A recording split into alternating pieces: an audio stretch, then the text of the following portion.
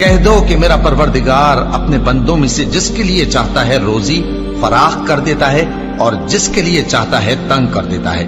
اور تم جو چیز خرچ کرو گے وہ اس کا تمہیں عوض دے گا،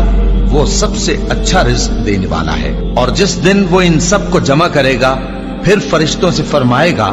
کیا یہ لوگ تم کو پوجا کرتے تھے؟ وہ کہیں گے تو پاک ہے، تو ہی ہمارا دوست ہے، نہ کہ یہ، بلکہ یہ جنات کو پوجا کرتے تھے اور اکثر انہی کو مانتے تھے۔ تو آج تم میں سے کوئی کسی کو نفع اور نقصان پہنچانے کا اختیار نہیں رکھتا،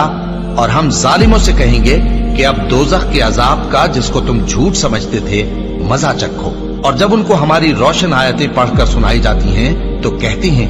یہ ایک ایسا شخص ہے جو چاہتا ہے کہ جن چیزوں کی تمہارے باپ دادا پرستش کیا کرتے تھے ان سے تم کو روک دے،